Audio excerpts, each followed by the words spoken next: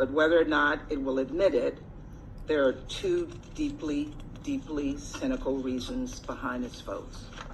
First,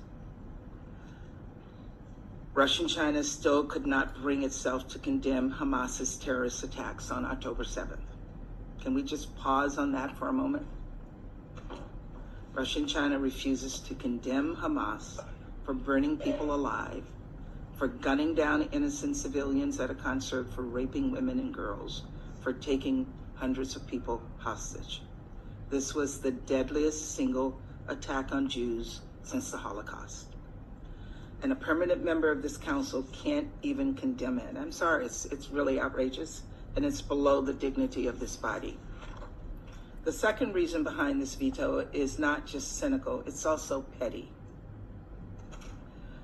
Russia and China simply did not want to vote for a resolution that was penned by the United States because it would rather see us fail than to see this council succeed. Even after inclusive consultations over weeks and weeks, even after negotiations and edits produced a draft that received overwhelming council support. And as you saw today, nearly every council member voted to put the full weight of this body behind the diplomatic efforts to secure an immediate and sustained ceasefire as part of a deal that leads to the release of all hostages that will allow much more humanitarian aid to get into Gaza. But once again, Russia put politics over progress. Russia, who has carried out an unprovoked war on its neighbor, has the audacity and the hypocrisy to throw stones when it lives in a glass house itself. So let's be honest, for all the fiery rhetoric, we all know that Russia and China are not doing anything diplomatically to advance a lasting peace or to meaningfully contribute to the humanitarian response effort. Colleagues, there is obviously another resolution that some of you would like to be considered, but in its current form, that text fails to support sensitive diplomacy in the region. Worse, it could actually give Hamas an excuse to walk away from the deal on the table.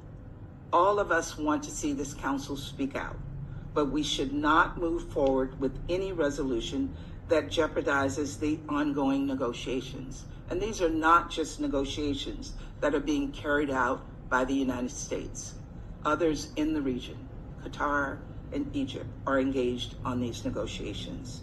So if that alternative resolution comes up for a vote and does not support the diplomacy happening on the ground, we may once again find this council deadlocked. I truly hope that that does not come about. And so for our part, the United States will keep at it. We'll continue to work toward a deal alongside Qatar and Egypt. And we will work with any council member that is seriously interested in adopting a resolution that will help make that deal possible. Thank you, Mr. President. Mr. President, we have now just heard, hypocritical statements from a number of members of the Security Council, from some members of the Security Council who have been shedding crocodile tears about the Russian and Chinese vetoes. We explained the reasons behind our not allowing the resolution to pass, and it by no means is because the U.S. delegation, what was been portrayed by the U.S. delegation, not what the U.S. representative tried to persuade us about. I told all of you that you would be covering yourselves with disgrace, voting for the U.S. text, which for you, including those who are vaunting it, was unacceptable. Do you want me to tell you how things actually were? It's not difficult to see. It's not at all complicated. Your U.S. lords and protectors, beyond wringing the hands of your leaders in capital, they told you that you should not be worried because the Russian Federation would veto this in any way, but you would not go against the U.S. text.